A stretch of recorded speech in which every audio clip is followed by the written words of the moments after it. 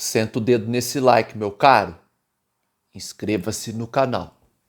Aquele vídeo que eu fiz da teoria da dupla garantia deu conversa a dar com pau. Vamos falar mais sobre isso porque é um desdobro da aplicabilidade que vem pela frente, da norma, que denota-se complexo e não temos ainda uma luz no fim do túnel, né? Nós vamos fazer aqui um exercício de divagação, porque infelizmente o judiciário brasileiro trabalha nesse sentido. Olha, eu resolvo isso aqui, só que o problema aqui é bem maior e depois a gente vê. Só que quem vai se lascar nesse depois a gente vê é você, médico, queridão. O que fala lá na teoria da dupla garantia? Que o médico prestador de serviço público não é parte legítima para figurar no processo como réu por erro médico quando ele atua, vinculado ao Estado. Ok? Então vamos lá. O médico que atende vinculado ao Estado não será mais réu na ação de erro médico, mesmo operando com dolo ou culpa. Ficou claro? Então você foi lá e atendeu um paciente infartado, como se fosse uma labirintite ou uma apendicite, né? Você agiu com culpa. Então, ok. Agora, você levou uma serra elétrica na UPA e cerrou ele no meio, você agiu com dolo. Você não pode mais figurar como réu. Decisão do STF, teoria da dupla garantia. Pessoalmente, acho um absurdo, né? Acho um absurdo. É jogar mais despesa para a conta do Estado, porque a sociedade, né? Vamos fazer aqui um exercício de liberalismo, né? De libertarianismo. Eu, sociedade, pago o Estado para remunerar esse médico que erra e depois eu ainda tenho que ajudar a pagar a indenização do paciente. É uma catástrofe, né, no plano das relações sociais, né, a relação sociedade-Estado. É um absurdo. Né? Tudo bem, né? Mero exercício de escola liberal filosófico. Vamos para a prática. O que vai acontecer? O médico não vai mais participar dessa relação processual. Tem um monte de gente que vai comemorar, nossa, vai vender isso como se fosse top. Agora eu não sou mais réu. Não, filho. Na verdade, você vai se fuder pra caralho. É o seguinte. Você não sendo réu nesse processo, como que você vai conseguir comprovar a ausência de dolo ou culpa? Partindo do pressuposto que quem faz a defesa do Estado são as procuradorias, que não quer nem saber de você, médico. Não quer saber. As procuradorias estão preocupadas, né, quando estão com o dinheiro do Estado, sendo município, Estado ou União. Não quer saber da sua conduta. E a bem da verdade, eles vão se esforçar veementemente em pôr a culpa em você.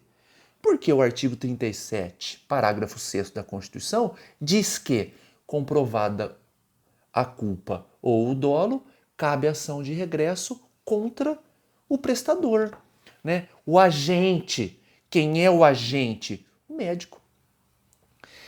E eles, após a condenação, eles, Estado, né? Município. Quando eu falo Estado, é sempre município, Estado ou União, tá? O Estado é o Estado, ok?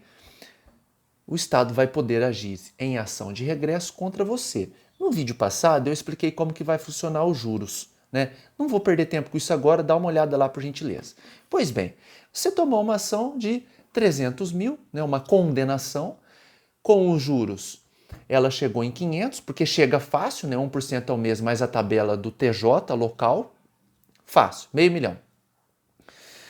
E o Estado indenizou em R$500 mil. Quando que foi a data desse desembolso? A data desse desembolso foi em janeiro de 18.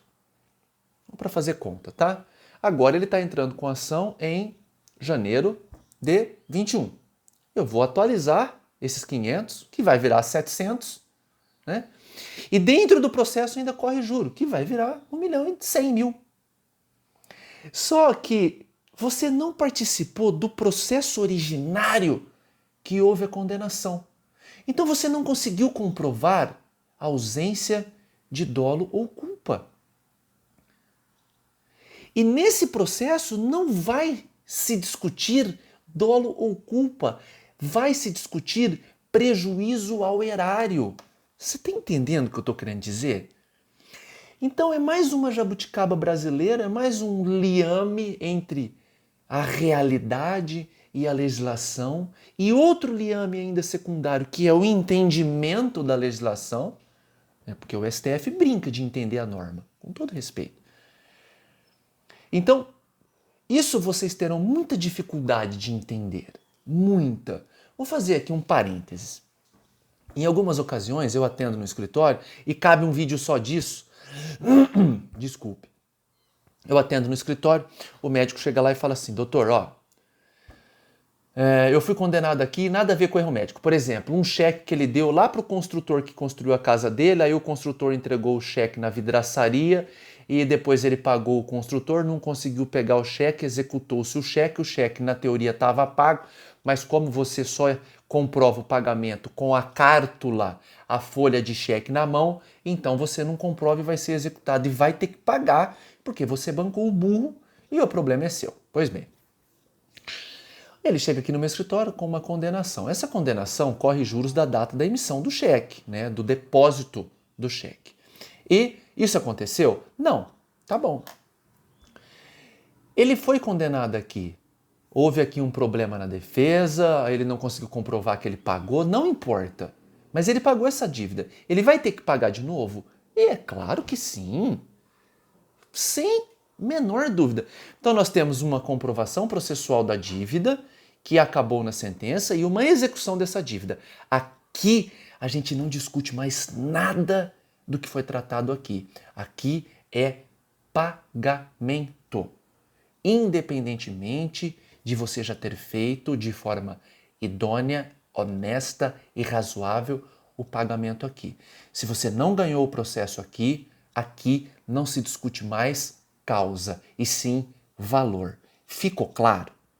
Isso vai acontecer agora na teoria da dupla garantia. Como que vai funcionar? Você foi lá e prestou um serviço. E agora nós vamos fazer aqui um exercício de inflexão bem tranquilo. Você foi lá, prestou um serviço de qualidade e você foi processado. Mas você não entrou no processo. A prefeitura foi processada, você prestou um serviço sopesado por guidelines. A atuação foi totalmente proba. Entretanto, a gente sabe que pode acontecer, a prefeitura foi condenada. Você conseguiu comprovar que a sua atuação estava guarnecida pelos mais naturais, mais atuais, melhor dizendo, guidelines de ordem internacional e nacional? Não. Por quê? Porque você não participou desse processo. Você nem ficou sabendo que esse processo existiu. Você nem ficou sabendo que você não foi notificado, você não foi intimado, você não foi oficiado. Pois bem, chega uma carta um dia na sua casa de uma execução contra você porque o Estado perdeu um processo em razão da sua atuação. Aí você vai falar, nossa, mas eu atendi tudo certinho esse paciente. Está aqui o termo de consentimento, está aqui o prontuário, está aqui os documentos médicos, está aqui os guidelines que guarnecem a minha boa conduta. Eu sou um médico top, jamais isso aconteceria. Porém, você conseguiu comprovar a ausência de dolo ou culpa? Não. Mas ela foi comprovada? Foi.